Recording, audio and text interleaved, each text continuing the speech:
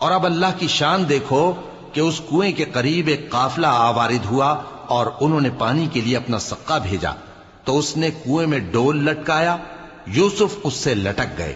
وہ بولا زہے قسمت، یہ تو ایک لڑکا ہے، اور اس کو قیمتی سرمایہ سمجھ کر چھپا لیا۔ اور جو کچھ وہ کرتے تھے اللہ کو خوب معلوم تھا، اور انہوں نے اس کو تھوڑی سی قیمت یعنی معدود چند درہموں پر بیچ ڈالا، اور وہ اس سے بیزار ہو رہے تھے۔ اور مصر میں جس شخص نے اس کو خریدا، اس نے اپنی بیوی سے جس کا نام زلیخا تھا کہا کہ اس کو عزت و اکرام سے رکھو، عجب نہیں کہ یہ ہمیں فائدہ دے یا ہم اسے بیٹا بنا لیں۔ اس طرح ہم نے یوسف کو سرزمین مصر میں جگہ دی، اور غرض یہ تھی کہ ہم ان کو خواب کی باتوں کی تعبیر سکھائیں، اور اللہ اپنے کام پر غالب ہے لیکن اکثر لوگ نہیں جانتے۔ اور جب وہ اپنی جوانی کو پہنچے تو ہم نے ان کو دانائی اور علم عطا کیا، اور نیکوکاروں کو ہم اسی طرح بدلہ دیا کرتے ہیں۔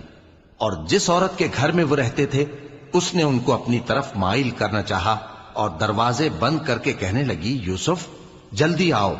انہوں نے کہا کہ اللہ پناہ میں رکھے، وہ یعنی تمہارے میاں تو میرے آقا ہیں، انہوں نے مجھے اچھی طرح سے رکھا ہے، میں ایسا ظلم نہیں کر سکتا، بے شک ظالم لوگ فلاح نہیں پائیں گے۔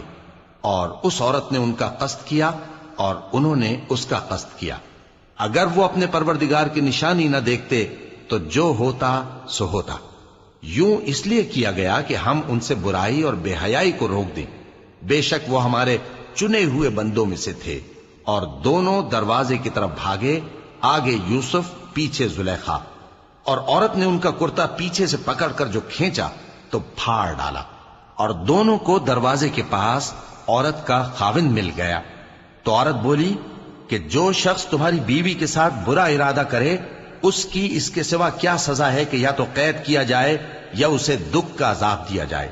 یوسف نے کہا اسی نے مجھ کو اپنی طرف مائل کرنا چاہا تھا، اور اس کے خاندان میں سے ایک گواہ نے گواہی دی کہ اگر اس کا کرتا آگے سے پھٹا ہو تو یہ سچی اور یوسف جھوٹا ہے، اور اگر کرتا پیچھے سے پھٹا ہو تو یہ جھوٹی اور وہ سچا ہے۔ سو جب اس کا کرتا دیکھا تو پیچھے سے پھٹا تھا، تب اس نے زلیخا سے کہا کہ یہ تمہارا ہی فریب ہے، اور کچھ شک نہیں کہ تم عورتوں کے فریب بڑے بھاری ہوتے ہیں۔ یوسف اس بات کا خیال نہ کر، اور زلیخا تو اپنے گناہ کی بخشش مانگ، بے شک خطا تیری ہی ہے۔